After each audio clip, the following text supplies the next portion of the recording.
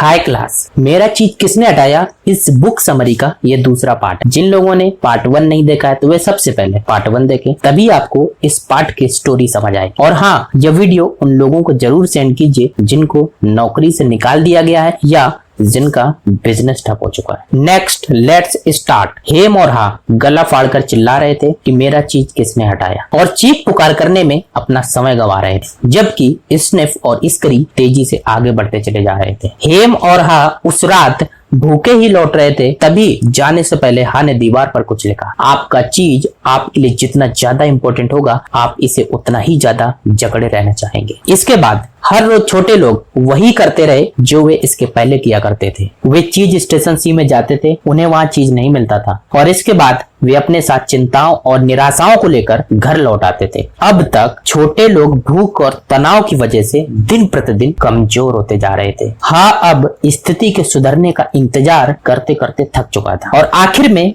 एक दिन हा खुद पर हंसने लगा। हा, मेरी तरफ देखो, मैं बार बार वही करता रहा और ताज्जुब करता रहा कि हालात क्यों नहीं बदल रहे। कितनी बेवकूफी की बात है। और आगे उसने दीवार पर एक विचार लिखा, अगर आप अपने आप को नहीं बदलते हो तो आप नष्ट हो जाते। और हा ने अब दोबारा भूल भुलैया में दौड़ने का फैसला किया। उसने सोचा कि भूल भुलैया में दौड़ने का यह विचार उसे पहले क्यों नहीं आया, क्योंकि उसे लगता था कि वह कहीं खो न जाए। उसे यह भी नहीं पता था कि चीज मिलेगा तो कहाँ मिलेगा। तभी उसने दीवार पर कुछ लिखा, अगर आप डरते नहीं तो आप क्या करते। जब आप डरे हुए होते हैं तो हालात तब बिगड़ने लगते हैं जब आप उन्हें सुधारने के लिए कुछ नहीं करते। अब हाँ भूल भुलैया में दाईं तरफ मुड़ा और उसने धीरे धीरे अनजान रास्तों में दौड़ना शुरू किया। अभी हा का आत्मविश्वास पूरी तरह वापस नहीं लौटा था। उसे यह मानना पड़ा कि भूल भुलैया में उसे बहुत परेशानी हो रही थी। जब भी उसे लगता था कि वह तरक्की कर रहा है, तब वह गलियारे में रास्ता भटक जाता था। उसे ऐसा लग रहा था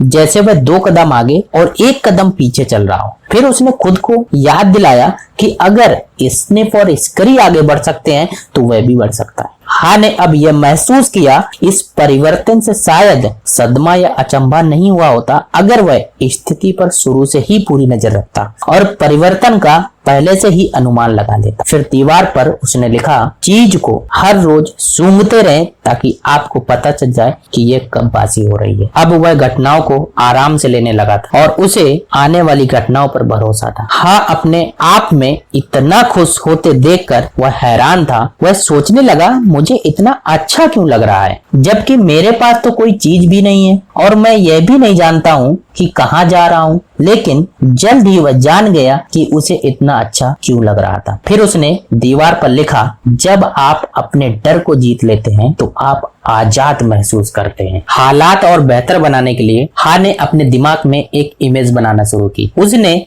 अपनी सभी मनपसंद चीजों के बारे में सोचा और अपने आप को चीज के ढेर के बीच खुद को बैठे देखा। उसे अपनी कल्पना से बहुत ज्यादा सुख मिला। उसने नए चीज की तस्वीर जितनी साफ देखी, वह उसे उतना ही ज्यादा असली लगने लगा और उसे उतना ही ज्यादा भरोसा होने लगा कि वह इसे ढूंढ कर ही रहेगा। फिर उसने कुछ लिखा, पाने से पहले ही नए चीज का स्वाद लेने की कल्पना मुझे इसकी तरफ ले जाती है। फिर वह भूल भुलैया में ज्यादा ताकत और तेजी से दौड़ने लगा। जल्द ही उसे एक चीज स्टेशन दिखा और वह बहुत उम्मीद लेकर चीज स्टेशन में घुसा, पर उसे यह देखकर निराशा हुई कि वह खाली था। किसी ने चीज के बहुत थोड़े टुकड़े ही छोड़े थे। उसने सोचा कि अगर वह वहां जल्दी आता तो उसे वहां नई चीज की काफी मात्रा मिल सकती थी। फिर उसने दीवार पर लिखा, जितनी जल्दी आप पुराने चीज को छोड़ेंगे उतनी ही जल्दी आप नई चीज को ढूंढ पाएंगे। हा ने महसूस किया कि आप किसी वस्तु से जितना डरते हैं, हकीकत में वह वस्तु उतनी बुरी नहीं होती जितनी बुरी आपके दिमाग में बनी उसकी तस्वीर होती है। तभी उसने दीवार पर लिखा, चीज के बिना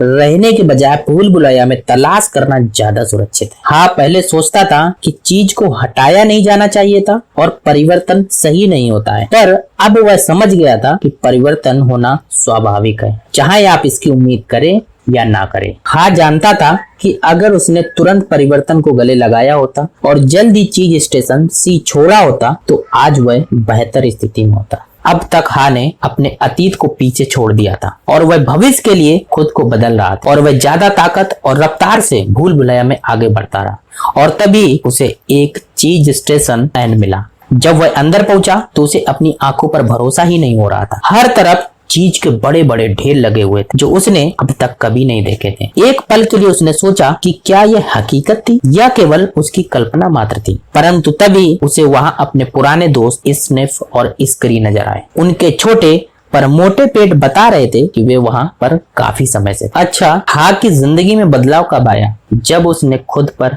हंसना सीखा और यह सोचा कि वह कहाँ गलती कर रहा था। उसने महसूस किया कि बदलने का सबसे तेज रास्ता खुद की मूर्खता पर हंसना है। हा ने यह भी महसूस किया कि अगर वह अब ज्यादा कंफर्टेबल हो जाएगा तो वह फिर से अपनी पुरानी हालत में पहुंच जाएगा। इसलिए वह हर रोज चीज स्टेशन एन का निरीक्षण करता था और देखता था कि चीज की हालत अब कैसी है, और वह पूरी तरह पक्का कर लेना चाहता था ताकि अचानक होने वाला कोई परिवर्तन उसे हैरान न कर दे। हा के सामने चीज का ढेर लगा हुआ था, फिर भी वह भूल भुलैया में जाकर नई जगहों का छानबीन करता था। वह जानता था कि आराम करके खुद को अकेला करने के बजाय अपने नए ऑप्शंस की जानकारी रखना ज्यादा सुरक्षित है। और उसने स्निफ और स्करी से भी कुछ चीजें सीखी। जैसे पॉइंट नंबर 1, उन्होंने जिंदगी को आसान रखा। उन्होंने घटनाओं को बहुत पेचीदा नहीं बनाया, ना ही उन्होंने अति विश्लेषण में अपना समय बर्बाद किया। पॉइंट नंबर 2, जब हालात बदल गए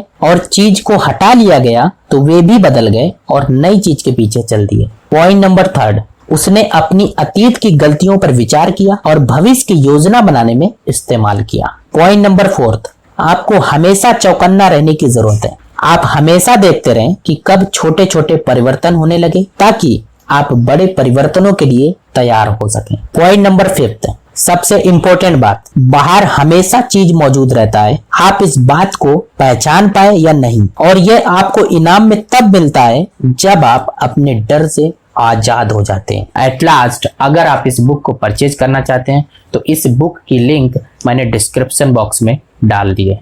एंड आप इस वीडियो को उन दोस्तों को पहुंचाइए जो परिवर्तन से डरते हैं। Thanks for watching.